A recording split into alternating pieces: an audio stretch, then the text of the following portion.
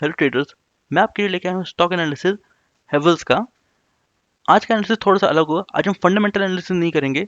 मुझे ऐसा फीडबैक आया कि लोगों को फंडामेंटल एनालिसिस थोड़ा बोरिंग लगता है, तो आज हम स्ट्रेट अवे टेक्निकल एनालिसिस पे जाएंगे और उसके बाद डिस्कस करेंगे कि हेवल के स्टॉक में आपके पास क्या मनी मेकिंग अपॉर्चुनिटी है।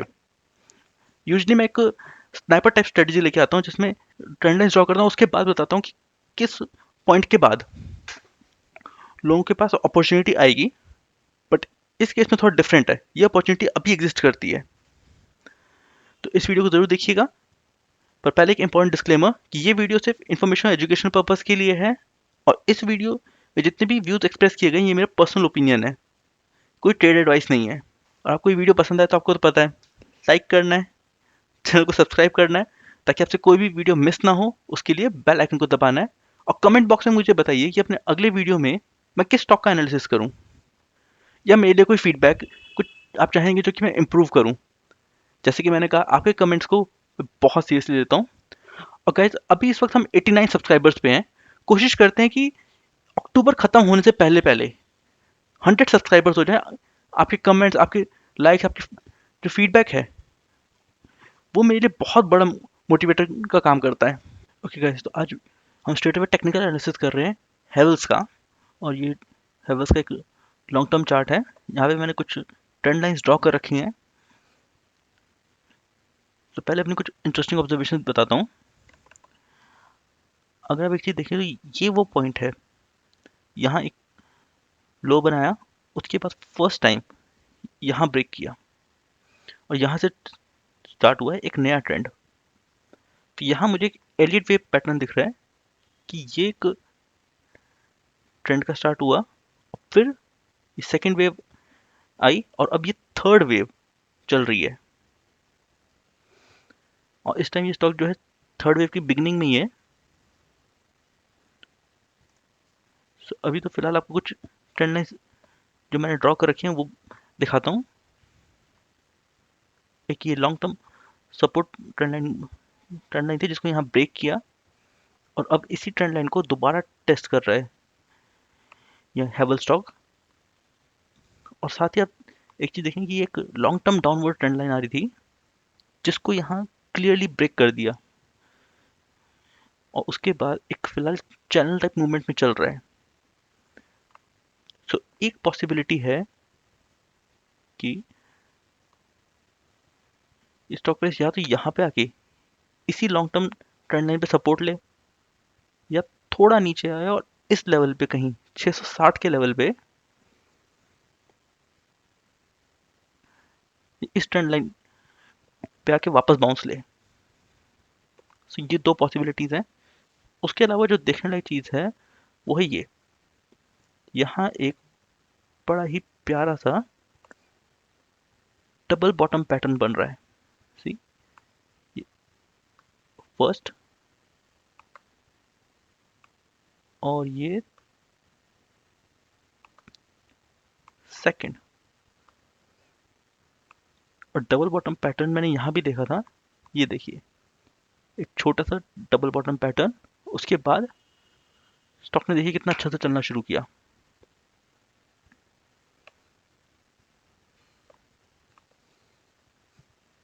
सो आइडली माना जाता है कि डबल बॉटम पैटर्न में जो ये लाइन है उससे जितना नीचे गया है stock, which comes out to be 20% something,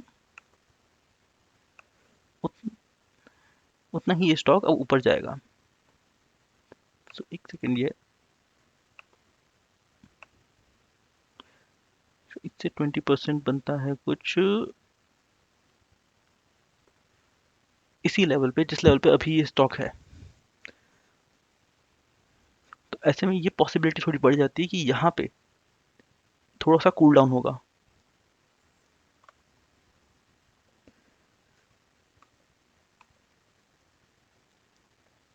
अब एक बार हम ड्रॉ कर लेते हैं इसके कुछ की लेवल्स, क्योंकि हमने यहाँ से आइडेंटिफाई किया कि ट्रेंड बिगिन हुआ है। हमने यहाँ से आइडेंटिफाई किया ट्रेंड बिगिन हुआ है, तो मैंने यहाँ एक फिबोनाची की रिट्रेसमेंट ड्रॉ करी है। और क्योंकि यहाँ पे हमारा एक वेव खत्म हुई और दूसरी वेव यहाँ से यहाँ तक चली है, तो एक दूसरी फिबोनाची रिट्रेसमेंट और ड्रॉ कर लेते हैं। थोड़ा सा जूम करके देखते हैं इन लेवल्स को। ये देखिए, ये जो एक सपोर्ट लेवल, रेजिस्टेंस लेवल बना है 665 का, ये एक नेचुरली आप देख सकते हो कि यहाँ एक बार बाउंस लिया, फिर जब इसको ब्रेक किया तो इसी लेवल पे सपोर्ट ले रहा है, और ये लेवल और ये जो ट्रेंड लाइन हमने ड्रॉ करी है, ये इस एरिया पे आके मर्ज हो रहे हैं। तो इस बात की पॉसिबिलिटी काफ़ी बढ़ जाती है कि ये स्टॉक इस लेवल पर आएगा तो बाउंस ज़रूर लेगा। उसके अलावा अगर आप इसको इस लेवल पे बाय करते हैं तो उसके बाद ये जो नीचे वाला जोन है 623 से 614, ये एक सपोर्ट लेवल बन सकता है। अब उसके बाद देखते हैं थोड़े से इंडिकेटर्स। स्टोकेस्टिक जो कि एक बुलिश सिग्नल दिखा रहा है, मूविंग एवरेजेस में ये orange line 20 day, blue line 50, green line 100 और white line 200 day moving average है। तो मूविंग एवरेज का रिलेशनशिप तो पॉजिटिव और बुलिश है ही। इंटरेस्टिंग चीज देखने वाली है 50 और ये 100 और 200 डे मूविंग एवरेज, इसका यहाँ क्रॉसओवर एक बुलिश सिग्नल है। और साथ ही ये बॉलिंगर बैंड, ये बॉलिंगर बैंड जो यहाँ एक्सपैंड हुए हैं, तो ये एक और बुलिश सिग्नल हमें मिला है। एमएसीडी का यहाँ क्रॉसओवर हुआ है और आरएसआई भी 50 लेवल से यहाँ बाउंस लिया। तो बेसिकली मुझे यहाँ पे सारे बुलिश सिग्नल ही दिख रहे हैं, इसलिए मैं ज़्यादा कॉशियस एडवाइस करूंगा, क्योंकि पॉसिबिलिटी है यहाँ थोड़ी सी बुल ट्रैपिंग की।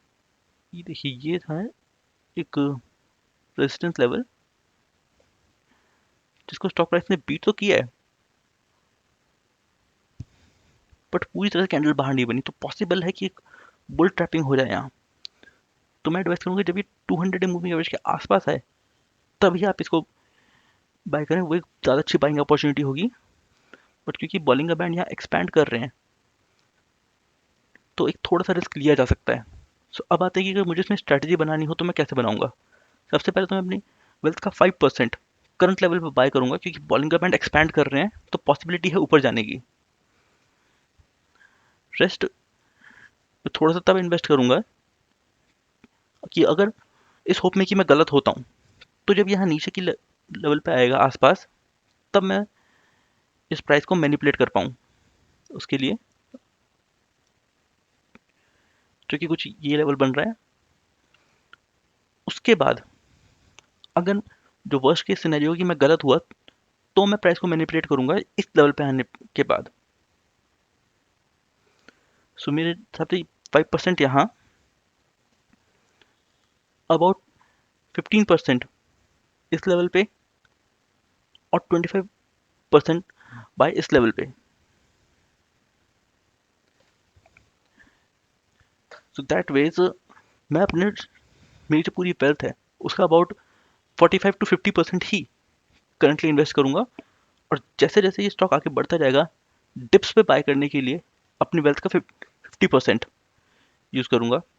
बहुत सारे लोग कई बार यही गलती करते हैं कि सीधा पूरा पैसे एक ही साथ इन्वेस्ट कर देते हैं एंड देन द वेट की कब स्टॉक प्राइस ऊपर जाएगा। मुझे ये स्ट्रैटेजी ज़्यादा ठीक लगती है कि आप किश्तों में इन्वेस्ट करें और अपने पैसे को ज़्यादा वाइजली यूज़ करें। अब यहाँ पे अगर ये वीकली चार्ट है तो इसमें देखने लायक कुछ चीज़ें हैं कि ये 20 डे मूविंग एवरेज, इसने यहाँ 20 को क्रॉस किया और 50 को अभी क्रॉस किया है, तो ये एक बुलिश सिग्नल है। एमएसीडी जो है